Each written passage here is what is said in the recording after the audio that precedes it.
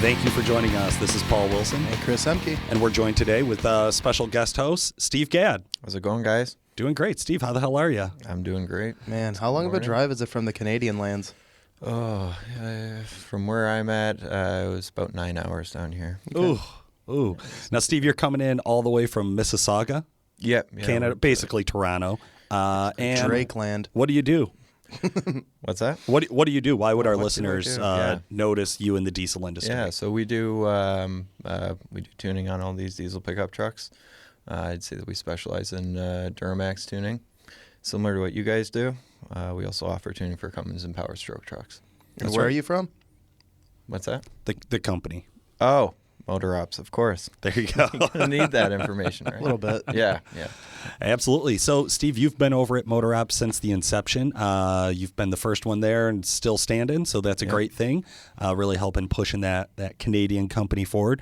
And we did have you in-house today, so we thought we'd have you come in and sit down and talk a little bit about some of the stuff us awesome Americans are doing. No, I'm just joking. Damn, dude. That just could try to start throw some- jabs early, Yeah, right? That could be Yeah, like exactly. some like north side, south side. Like, it's not east or west. Watch Like, you out. better Might watch stab yourself. 'em. Yeah. Why did Paul die? Who knows? From the safety of my podcast studio. I have to put a gate. Yeah. Get a security guard up front. Yeah, but we do have Steve in-house today, so we thought we'd have him come in and kind of sit in on the episode and talk to our listeners. We'll get into some kind of special announcements and new products and things like that you're working on towards the end of the show. To kick us off, though, I did want to give a shout-out to one of our main sponsors, of course, Duramax Tuner. They host the Diesel Insights video series, and this is a series of videos that are really, in general, just about diesel trucks. Yeah, I mean, it's not one specific manufacturer, but the thing here is when you look at Ford, you look at Chevy, you look at Dodge, it's a diesel engine. They all have the same type of internal workings, whether it's a V8, inline 6, twin turbo, single turbo, it doesn't matter. So the Diesel Insights pretty much is there to educate end users or maybe steer them into a direction, whether it's diag, maybe you're buying your first vehicle. I mean, there's a lot of videos to kind of offer something to anyone. Yeah, currently 52 videos in that playlist. That's crazy. So you can actually go on Duramax Tuner's YouTube channel. I'm sure that's easy to find. And look for the playlist. There's 52 videos inside of the Diesel Insight series. Our last one that we recorded, a little bit less educational, a little bit more just fun, and that was the Humvee video. So, That's a fun truck. That dude, is a fun truck. LBZ Humvee ran 1280 at 106 miles an hour at the quarter mile. Went straight up 45, 50 miles an hour sideways through the dirt over rolling hills. I took it for ice cream with my daughter. I did that. Dude, what is 106 miles an hour like? in a It Humvee? is terrible because I can't even imagine. the turbocharged. So it has one of our Stealth 67 VVTs on there, and even I drove it prior with the stock turbo, and it was loud. In the 67, it was just unbearing. But so the turbo's right there in the dog box, which is like right next to your knee. So like the Oh, turbo's great right feeling, there, right? where your feet and the throttle pedal and stuff is. That's the engine. So like that thing loves like 2,800 RPM, 3,000 RPM with the gearing that's in it. It's just like you're driving and you're like, oh my god. And Blair has a sound system in there, like this badass Alpine sound system, and you have to like blare it all the way. Blare it. Not bad. yeah, love it.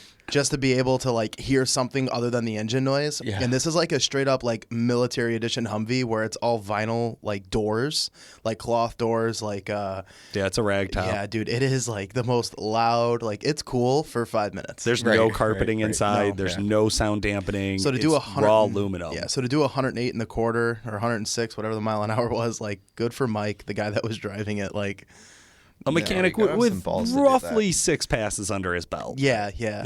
No, good for him. Good for him. He loved it though, man. It he looked did. great. A bunch of videos on that. And then actually our next one coming up is going to be an air to fuel ratio where we had Nick really kind of break down what that is. Talks a lot about lambda, stoichiometric numbers, and we also interpret that for those of us that aren't total diesel nerds who don't understand that stuff. So really good place to go to, like you said, Chris, just learn more about diesel in general. I think, that video is going to be a fairly big success because unfortunately in this industry right now, this day and age, a lot of people, when they look at diesels, well, if it blows black smoke, it makes power. That's not necessarily the case, and I think diving into some of this is going to give people a little bit more insight as Black Smoke's just an incorrect or improper tuned truck. Right. You know, there is more that goes into it. Right. So I'll be excited for that one. Yeah, absolutely. All right, and then to jump over to Exergy's do's and don'ts, we actually have a special spot here this week. We have an example, a story that I would say is probably more of a conglomerate of a lot of stories kind of put together to really show the point that we run into. And then we'll play that for you, and then the three of us will talk a little bit about it. Okay. Driving 740 miles from Cookeville, Texas to Commerce, Georgia is about an 11-hour trip in my 02 LB7. So when I had to make a 1,600-mile trip up to Belgrade, Montana for Christmas, I figured 24 to 28 hours would be plenty of time. What I didn't factor in was the goddamn snow. I flew through Oklahoma and Kansas and even into Colorado with no issues. Approaching Denver on Route 70 West, the noise first started. A slight ticking sound that seemed to get a little more pronounced when I was heading up a hill. At first I brushed it off. I figured it was an exhaust leak or something simple. Up with the radio. As I merged onto 25 North, I noticed the ticking was louder and seemed to track with RPM. But I had been driving for 20 hours at this point and figured maybe it was just time for a break. I still had 9 hours at least left to drive. I found a cheap motel in Cheyenne, Wyoming, and I parked it for the night. In the morning when I fired up the truck, the ticking was even louder. I figured it was just because of the cold. Being from Texas, I've seen it drop to 35 degrees before once or twice, but that morning was colder than a frozen witch's tatas in a polar bear plunge. I started back out on 25 North. My radio was up now almost at a deafening level in an attempt to drown out the ticking sound coming from under my hood. Leaving Casper, Wyoming, it finally became clear my trusty LB7 wasn't going to make it all the way to the destination. I pulled over onto the shoulder and I shut the truck off just as it began to snow. That fucking snow. Once it started, it seemed like it would never stop. It piled on my windows as the sound of the wind howled through the cab. My once cozy, warm interior was becoming my certain icy grave. I decided I couldn't wait for the tow truck I had called, and it was time to try to limp my Duramax to the next stop.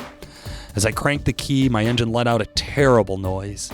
Like the slow strangulation of a goose, it groaned as I held the key forward, trying to crank it over. Chug, chug, chug, chug, chug. It finally turned over, and then I immediately regretted this decision. The ticking was now a loud clatter, and it felt like the engine was going to rattle right out of the truck.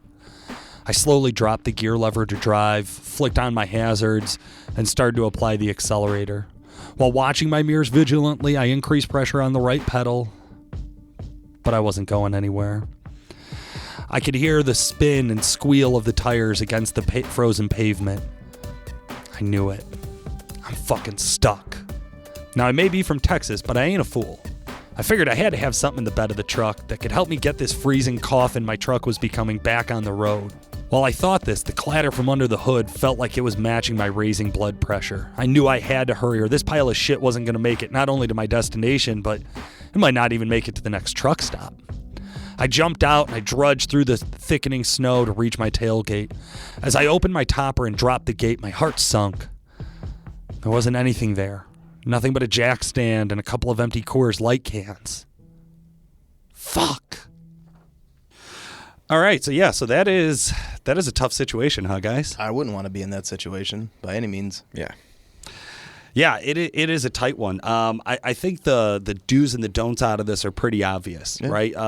Number one, don't ignore a noise. Like if a ticking is starting and you're noticing it and it's tracking at RPM and it's getting worse as you're approaching hills and things of that nature, don't just keep going. Yeah, I mean, your truck's trying to tell you something there. Like, I think you look back at you've traveled. I know Steve travels a lot. I travel a lot. Maybe not in the winter months, but in the spring and summer months. Every time I'm about to go on a trip in my own stuff, especially like oil change, fuel filter replacement, do a once over. Make sure the truck's good. If I don't drive my truck for a week or two prior, like I'll drive it the day or two just to get a couple miles, get everything flowing. And when I'm going on an extended trip like that, hauling a trailer, whatever the situation is, I always bring tools. right. Just the bare minimum. a bag per se, a little tool bag of a couple. I have even seen your vice tool grips. bag in the back of the truck. Yes. You have to. I have the Ram box now, so I keep them in the Ram box. Oh, One classy. side's a cooler, one side's a toolbox. Thank you, Dodge. You're on the side. But and when you're operating the truck and it starts making a noise, like Steve said, the truck's telling you something. Yeah. And you're in the middle of fucking nowhere, not where you're from or accustomed to anything. Like, What do you do? Exactly? And then they keep driving it. Like I would never. I mean, you got to Don't remember. turn on your music.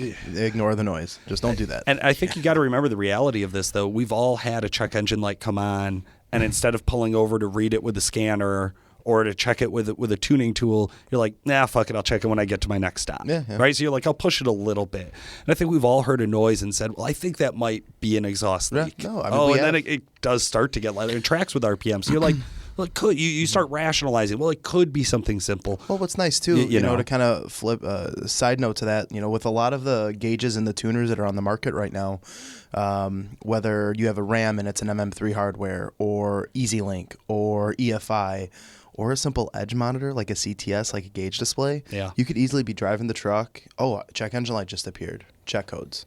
Yeah. At least you have a better understanding of what it is. Maybe it is something dumb and stupid. You clear it and continue going.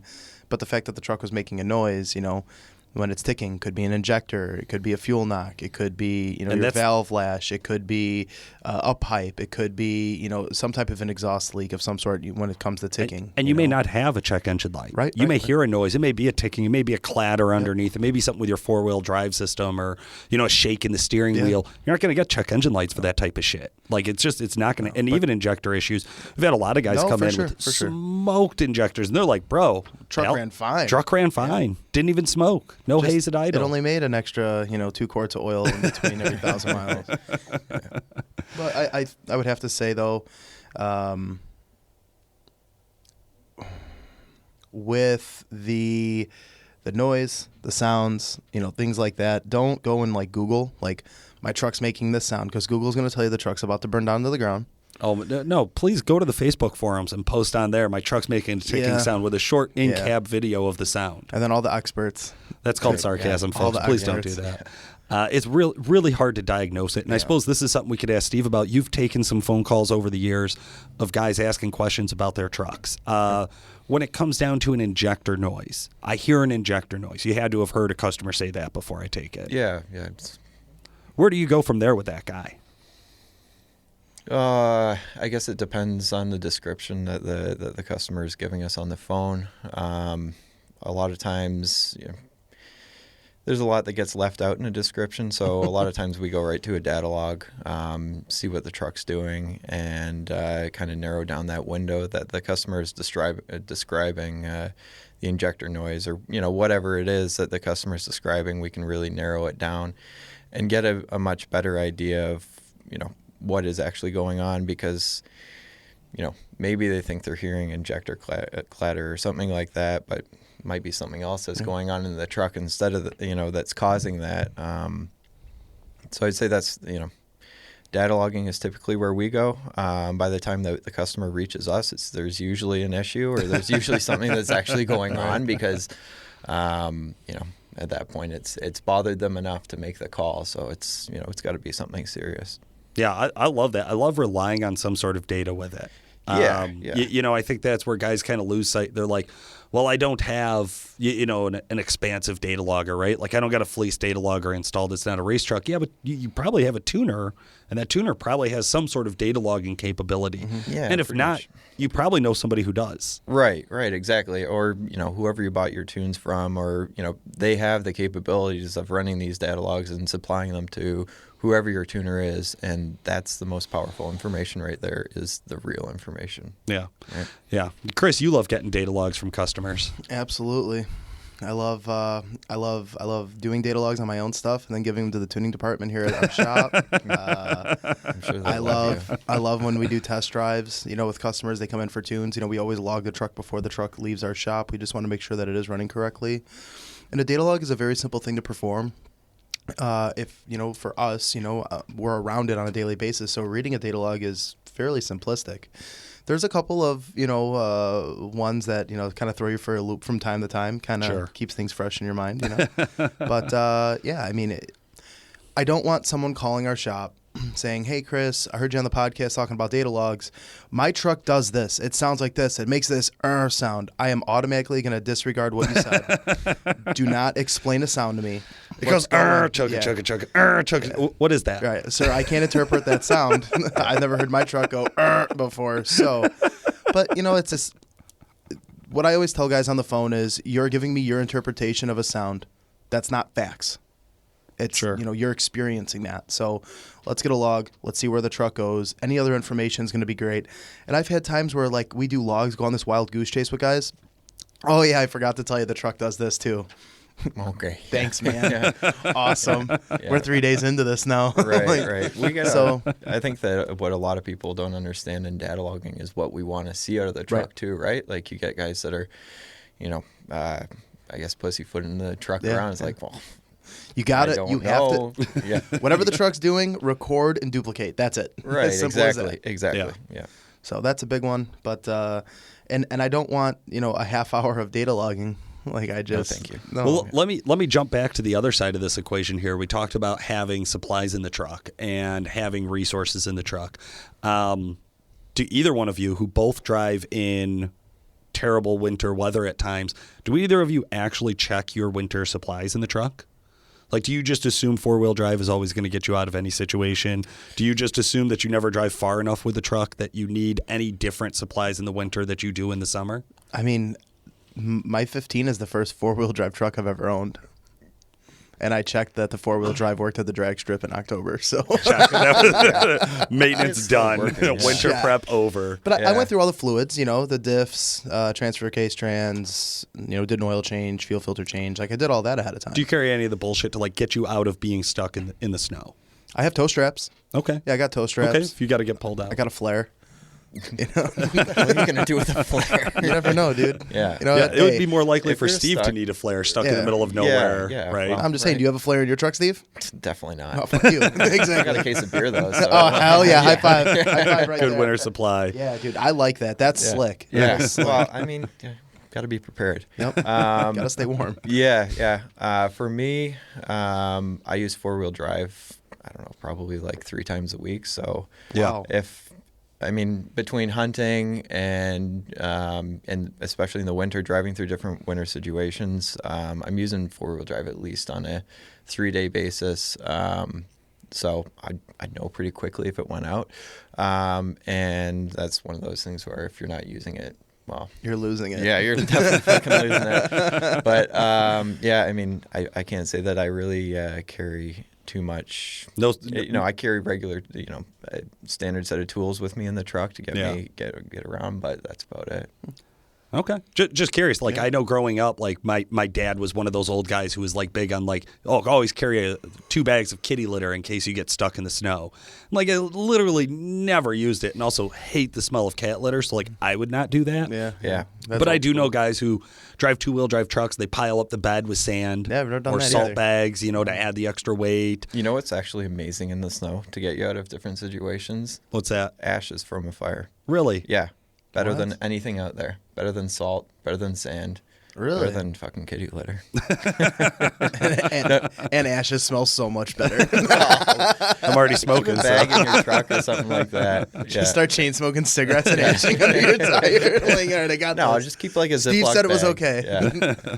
Okay. No, it actually works amazing. Really? Yeah, blown away. Ice, snow, whatever you need. Yeah, it'll get you out of any situation. That is crazy. Yeah, I would have never thought Survival of of that. the fittest, man. Canadian style. There you go. Like it. Who would have thought we finally found some good advice to give to somebody? And we had to bring in a special guest to do it. Yes. I hope I get a call today that this guy's truck got stuck. I'll be like, sir, I have you. Do you have any campfires nearby? Can you build one and then recover the ashes? Oh, that's awesome.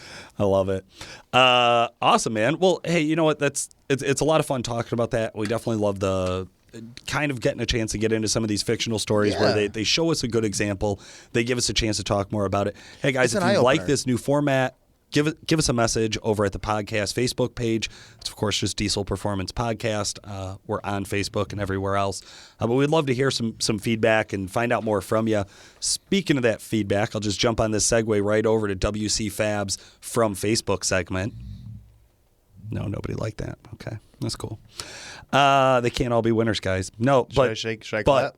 Bradley Justin McKenzie, his was a winner. Okay, cool. Read it off. Yeah, let's read it away.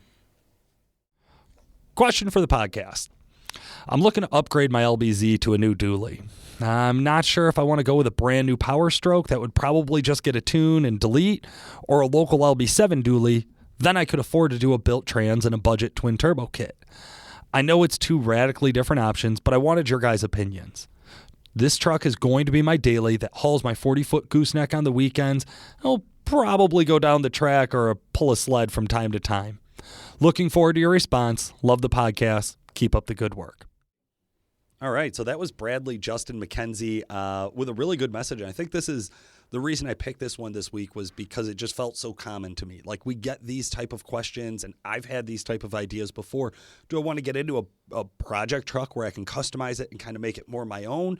Or do I just buy something that's like new, do something very basic to it, and just drive it forever? Yeah, I mean, Steve can probably relate to me. A year ago, being in the office, I was in that same situation. I was looking at buying a 150, 200,000 mile truck, knew it was going to need a trans, injectors, whatever the case may be. It was cheaper for me to just buy a newer truck. Yeah. You could take one of these newer trucks, as Bradley's talking about his game plan. A newer Power Stroke with just a tune, I mean, you're going to make relatively close to the same power as an LB7 with a built trans and a twin kit. Right. Just rough numbers, you were to get the dually for let's just even numbers, 10 grand, right? You're going to be another $10,000 into a trans and a turbo kit. Then you have to install Real it. fast. You don't know if the injectors are good or if the pump's good. Like, that's also a bare minimum. The motor's going to Water have pump. miles on it. Exactly. So now you're going to be I'm just going to say $25,000, $30,000 into a truck that you will never get that money out of. Without a built motor. Right. I mean, it's Yeah. a couple 100,000-mile motor, I would assume. Or you get into a Power Stroke, you get a couple-year-old, or any of the newer trucks. You get into a couple-year-old, 20, 30,000-mile truck, throw a tuner on there, you're into one of those trucks for, let's say, 40, 45,000. That truck's not going to lose a ton of value, and if you do, you might take a $10,000 bath over, 5 or 6 years. Yeah. But you also put 50, 60, 70, 80,000 miles on the truck, not put up 30,000 on a $10,000 truck, and you'll never see that money again. Sure. And potentially have to put more money into it. Steve? Yeah. I mean, we get questions like this sometimes from some of our local customers, and I always go with the new truck, unless there's I don't know. I would say if the person is looking for some sort of project to keep them busy and they've got another vehicle, then Completely maybe different story. But for everyone else out there, the new truck is the way to go. Like, you get a nice, clean new truck. Yeah. It's nice in-cab experience and Yeah. everything like that. You know the maintenance history. You know A the seat records. that's all the way there, all the way across both butt right, cheeks. yeah, you're not which sitting is on a hard to find in an 2x4. LB7. I mean, honestly, if it's going to be like one of those older trucks, the guy that's going to buy that and put the money into it, they're looking to build a purpose-built truck.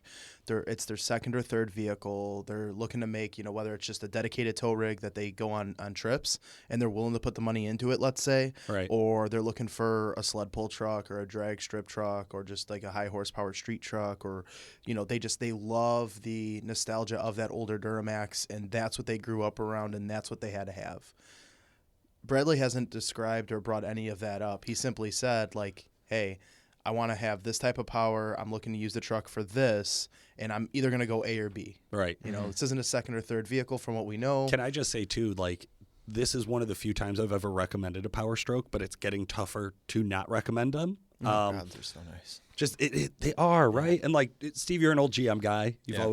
always had Chevy GMCs. Chris, you're a Dodge guy, no question there. I've always been much more partial to like the GM side of things. But man, like 15 and newer Power Strokes, like if that's what you're comparing pretty much any other truck out there to, just hard to beat. Can I just be honest? Like there are situations and purposes that I could see getting away from that, but like for most guys, like especially like Bradley here, like just hard to beat, man. Yeah, I mean, when we were doing the R&D, I know back at UCC this year, I had the privilege of driving your truck, Steve. One of my really good buddies that we did some photography with for the calibrated power stuff, he just bought an 18 Lariat Ford. Yeah. I remember going to work and Nick was like, "So, what do you think of the truck?" And I'm like, "This is the most complete truck out of the three. This is the one truck that has the least amount of issues or setbacks or drawbacks with the truck." Yeah. So it is really hard when I get guys on the phone and they're like, "Well, what would you do?" Well, I drive a Ram. It's not because it's a Dodge. It's because it has a Cummins. That's just me.